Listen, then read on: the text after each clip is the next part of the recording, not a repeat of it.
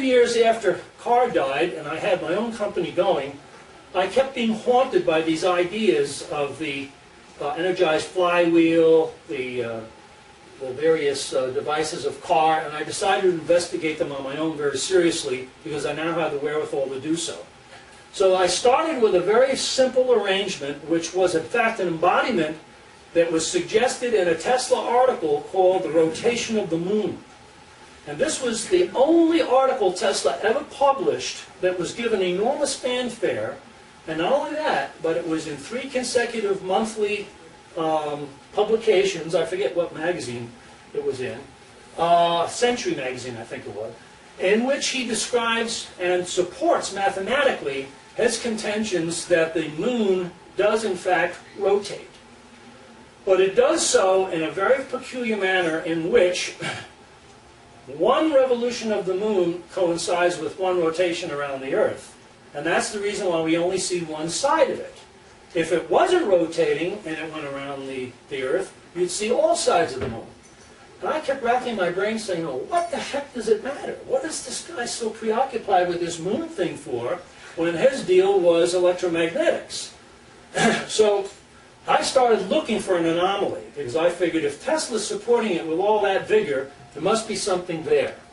And this picture here shows the first model of that was actually energized with a motor, but not allowed to turn. And what I did was I did static torque measurements on the facility, and I found out something very, very interesting. What I discovered was that if you make your measurements relative to the bench, you get one set of figures. If you make your measurements relative to the model, you get another set of figures. And that blew my mind, but it was certainly anomalous. So I started to figure out what the heck can that possibly mean.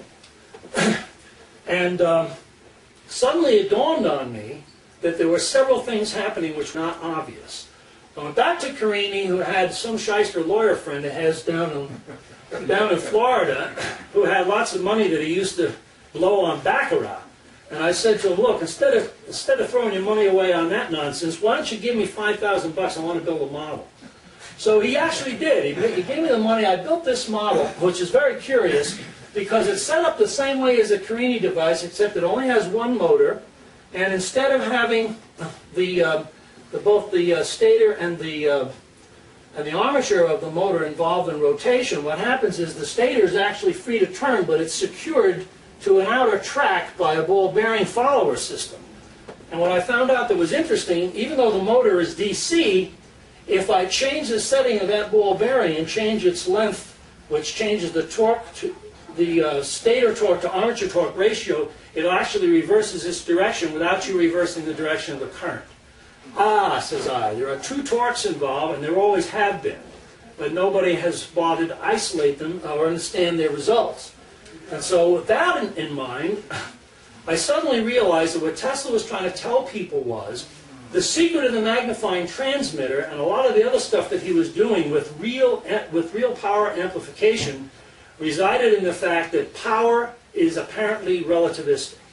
And so then I realized, since he was so hung up on Boscovich's work, that we're talking about relative motion of angular reference frames.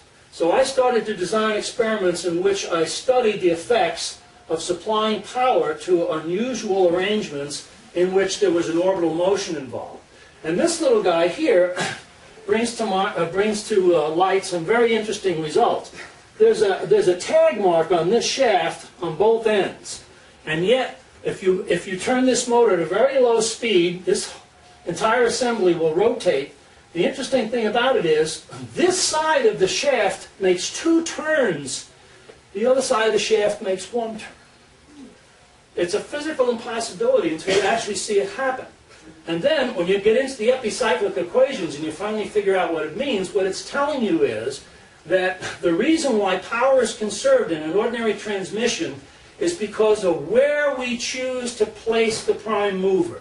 If the prime mover is placed on the axis of symmetry, I don't care what arrangement you have. Any power gain that happens to be created in the system will be destroyed when the output is brought back to the center.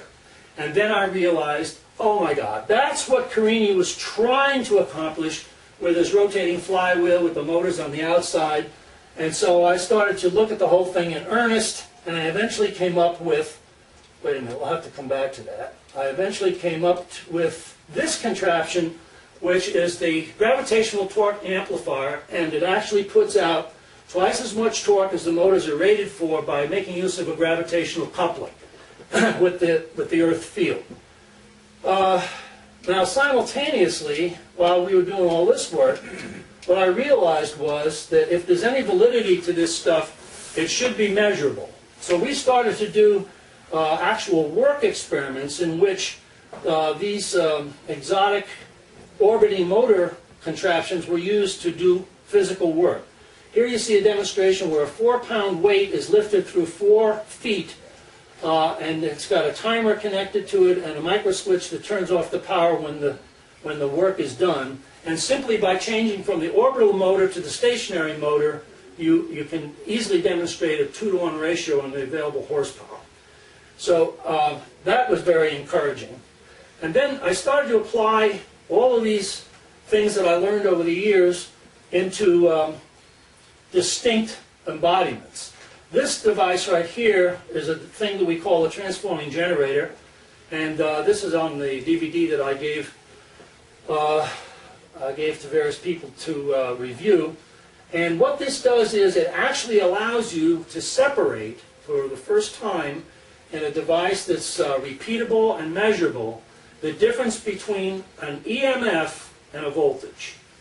And the problem is that anytime you have a winding, you wind up with 2 types of induction in that winding.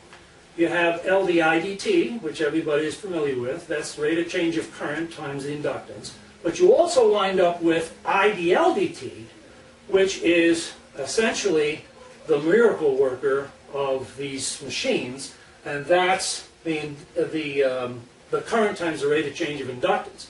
And the reason why that's so interesting is if you do a dimensional analysis of the terms involved, it comes out to be negative resistance.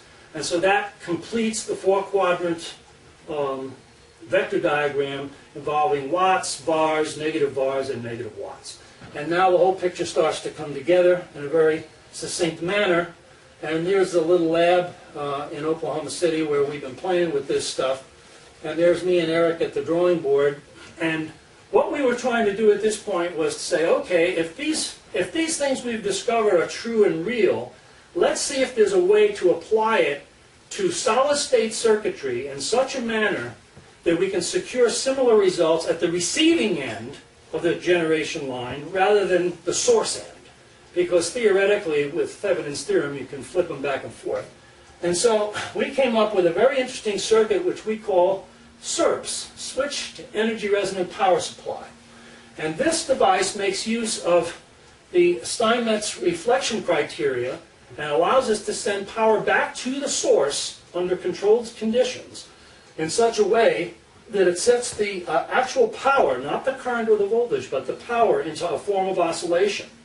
And the thing that's interesting about this is you can meter it with standard instruments, and the source will show you some number like, let's say, 100 watts, and the load will show you some number like 2,000 watts. And when you look at this, naturally the tilt sign comes on if you're a standard engineer, but the truth of the matter is you're not creating energy. What you're doing is making use of the difference between net work done and absolute work done. And we have a physicist here who can help you understand the difference. Mostly it has to do with displacement and definitions. However, in the real world, it represents a very practical and applicable form of science. Now this device here, I'm going to spend a couple of minutes on. This is a thing that we call a rotational translator, and it's a very important piece of work that I did in this whole detective story, because once I realized that all this stuff was possible, I kept asking myself the question, what the heck was Tesla using as his forcing function in the magnifying transmitter that could secure these results that we had seen in other applications? And so to kind of get a handle on it, I built this interesting device which is actually powered by a DC motor here in the center. It's got an AC 2-pole alternator on the top and a series of switching circuits on the bottom. And this was tied into a network of impedances And when this was rotated, the output signal from the AC generator was fed into a 4-quadrant amplifier. The output of the amplifier was used to power the resistive and inductive networks, and then the waveform was looked at. And by tinkering with the settings on this, we were able to finally determine what the wave structure needed to look like in order to fulfill the Tesla magnification criteria. And then it went on to become a complete solid-state apparatus, which is one of the items that we're offering to Dr. Greer and his group. This is a very rare picture, but it actually comes into play in all of this. This is a picture of one of the original Tesla telluric oscillators. And the reason why this is so exciting is because Tesla fully understood the logarithmic decrement that's associated with any forcing function that's fed into a static medium, and the fact that the energy dissipates logarithmically. That, naturally, his own forcing function was designed to get around that. And that was the reason why he was able to create the so-called earthquake in New York back in 1901 or 1902. And so, naturally, it stands to reason that if I could do it electrically and he did it mechanically, it's a universal principle. And it's something that can be employed all over the place in any number of applications. And that's the final picture of the gravitational torque amplifier. So to summarize, where we stand with this now is very interesting. The work that I did on the gravitational torque amplifier demonstrated to me that what Tesla had actually discovered was the basic understanding of a mechanism that allows for a work amplification to be accomplished. And the work is very different from the power, and it's very different from the energy. The normal standard belief is that I times V is always equal to I squared R.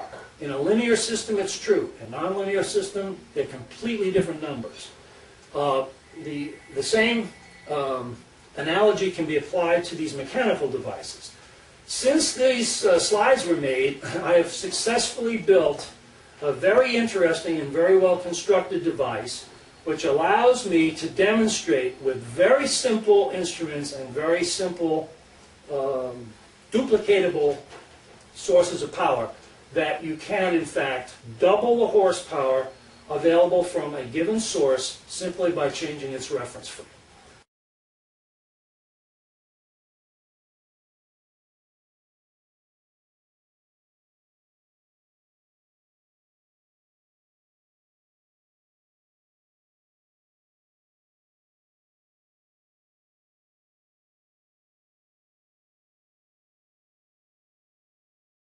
In a Tesla article called The Rotation of the Moon.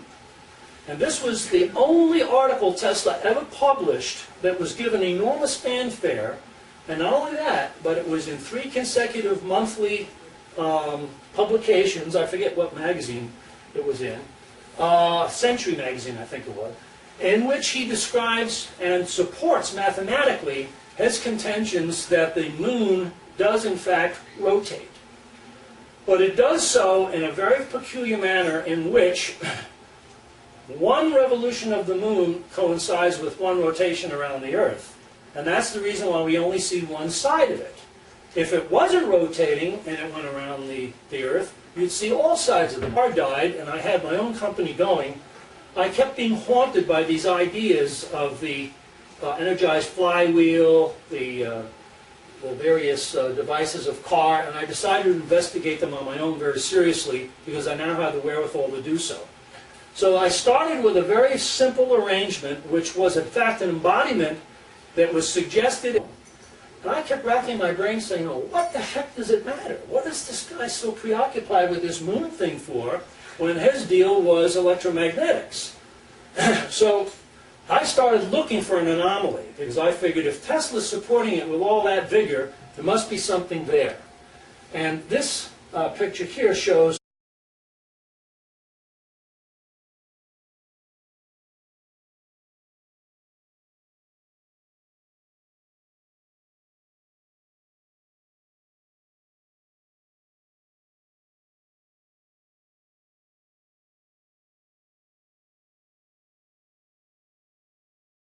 years after KARL